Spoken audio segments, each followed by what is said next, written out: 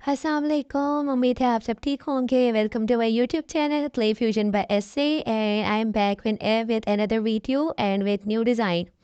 तो यहाँ पे मैंने आज रेड और ग्रीन कलर की पॉलीमर क्ले ली है और आज हम इससे इयरिंग्स बनाएंगे। यहाँ पे मैं कंडीशनिंग कर चुकी हुई हूँ और मैं रेड क्ले को फ्लैट आउट कर रही हूँ with the help of roller.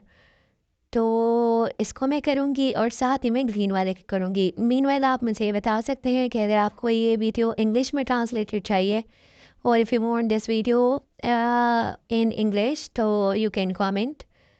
तो यहाँ पे मैंने ग्रीन क्ले को जो मैंने डिज़ाइन बनाना है उसकी वजह से मैं थोड़ी सी क्ले लेके उसको मैं रोल करती जा रही हूँ, जैसे कि आप देख रहे हैं बारीक बारीक लाइंस पे। या आप एक मेटल एक्सट्रूडेड की हेल्प से भी कर सकते हैं और या फिर आप हाथ से भी कर सकते हैं। मैं यहाँ पर हाथ से करी थी क्योंकि मेटल एक्सट्रूडर में थोड़ी एनर्जी ज़्यादा लगती है।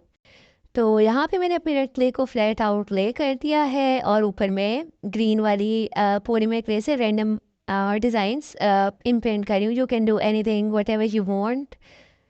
तो चले देखते हैं।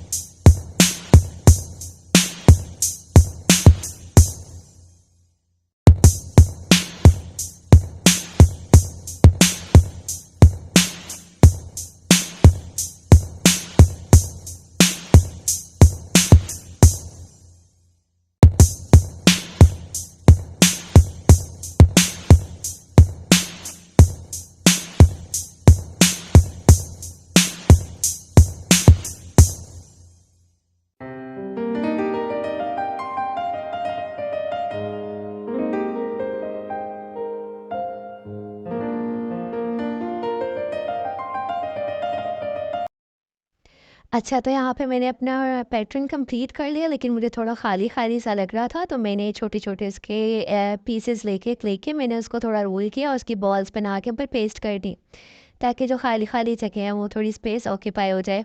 तो आप देख सकते हो इतना खाली नहीं लग रहा। तो बाकी it's totally up to you. जो भी आप डिज़ाइन इस पे बनाना चाहते हैं, जो भी करना चाहते हैं, it's totally customisable and there are hundred and thousands of possibilities that you can do. उसके बाद मैंने इसके ऊपर ग्रीन वाली क्ले को फिक्स करने के लिए जो है एक तो यहाँ पर मैंने क्ले डिज़ाइन बनाने के बाद मैंने इसके ऊपर एक स्टेंसिल रखा और उसकी हेल्प से मैंने डिज़ाइन को फ्लैट आउट कर दिया। अच्छा, तो अब मुझे थोड़ा डिफरेंट सा कलर लगाना था जो कि आपके ईयर की साइड पर आए, तो मैंने ग्रीन कलर ले लिया इंस्टेड कि मैं उसी कलर का पैटर्न बनाती। फिर मैंने अपनी मर्ज़ी की शेप्स कट कर ली। अच्छा, ये जो मैं हार्ट सब कट कर रही हूँ, ये मैंने कहीं यूज़ नहीं किए, मैंने ऐसे वेस्ट ही कर दिए थे, तो ये आपकी मर्ज़ी है। इसके बाद मैं अपनी पीसेस को जो है थोड़ा सा एजेस को सॉफ्ट करूँगी। तो जैसा कि मैंने अपनी पहली वीडियो में भी बताया था, अगर आपको डिटेल्ड वीडियो चाहिए कि क्या क्या चीज़ें ज़रूरी है इस आर्ट के लिए, तो आप मुझे बता सकते हैं। यहाँ पे मैंने अपनी एक्स्ट्रा क्ले को हटा दिया और अब वही जैसा कि मैंने पहले बताया कि मैं अपने डिश को थोड़ा सॉफ्ट आउट करूँगी, क्योंकि मुझे सैंडिंग करना अच्छा मतलब नहीं लगता। तो मैं कोशिश करती हूँ कि मेरे पीसेज जो है बेकिंग से पहले ही तो इस फॉर्म में हो कि मुझे बाद में इसको कम से कम जो है फिनिशिंग की तरफ कुछ करना पड़े। तो ये जो सर्कल्स है ये भी मैंने यूज़ नहीं किए थे, ये भी साइड पे कर दिए थे और ये आप देख रहे हैं कि मैं कर रही हूँ इसको अब फॉर्म की हेल्प से और सब कुछ स्मूथ कर रही हूँ कि फिंगरप्रिंट्स भी जो आ जाते हैं वो हट जाए। तो चले देखते हैं।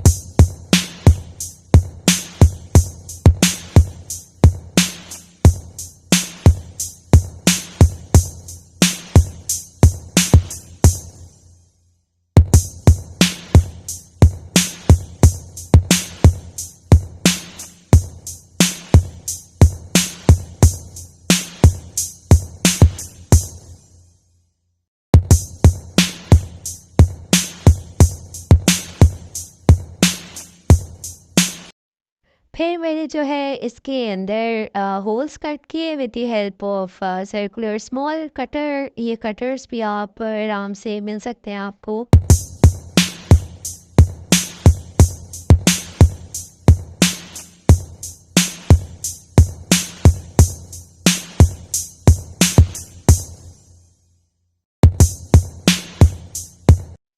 चलें जी, यहाँ पर होगी हमारी फिनिशिंग कंप्लीट। अब मैंने बेकिंग ट्रे में डाल दिए हैं इसको। अब मैं इसको ओवन में डालूँगी। ओवन को प्रीहीट करना ज़रूरी है, तो वो आप टेम्परेचर अपने हिसाब से एडजस्ट कर लें कि जले ना। और अच्छा, जो मेरा ओवन है उसमें काफ़ी जल्दी हीट अप हो जाता है, तो इसलिए मैं टेम्परेचर आपको नहीं बता रही। तो ये मेरे बेक होने के बाद पीसेस है, ये आप देख सकते हैं वीडियो में। इसके बाद मैं इनको असेंबल करूँगी। ये मैंने अपने पास चीज़ें पहले से निकाल के रख ली है। मैंने जंप रिंग्स डाले और उसके अंदर ईयर पोस्ट डाले, और फिर मेरे को with the help of pliers मैं उन्हें असेंबल कर रही हूँ। तो keep watching. Meanwhile you can like and subscribe my channel. Thank you.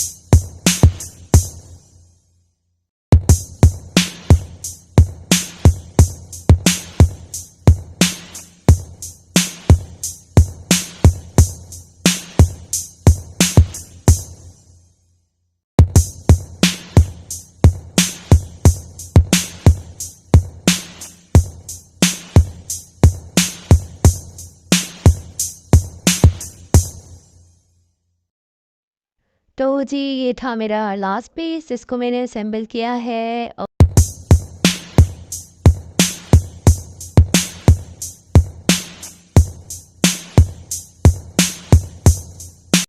और ये है मेरे इयरिंग्स का क्लोजअप। ये आप देख सकते हैं, मैंने इसकी पिक्चर्स भी अटैच की है और मैंने ये पहना भी था। Thank you for watching.